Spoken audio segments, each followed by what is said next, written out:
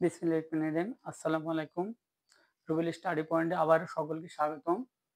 আমি আজকে present continuous টেন্সের প্রশ্নবোধক এবং না বোধক গঠন প্রণালী সম্পর্কে আলোচনা করব। তাহলে প্রেজেন্ট কন্টিনিউয়াস টেন্সের প্রশ্নবোধক এবং না বোধক হলে সাবজেক্টের আগে এম অবলিক ইজ অবলিক আর বসবে, তারপর সাবজেক্ট বসবে, তারপর নট বসবে, তারপর মূল ভার্বের প্রেজেন্ট ফর্ম এর সাথে আইএনজি যোগ করব, তারপর অবজেক্ট, লাস্টে আমরা প্রশ্নবোধক চিহ্ন ব্যবহার করব।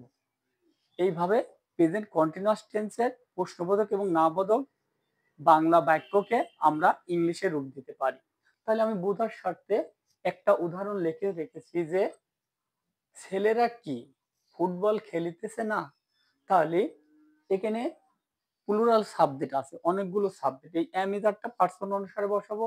তাহলে এখানে ছেলেরা, অনেকগুলো ছেলে, তাহলে প্লুরাল সাবজেক্টের আগে কি বসবে?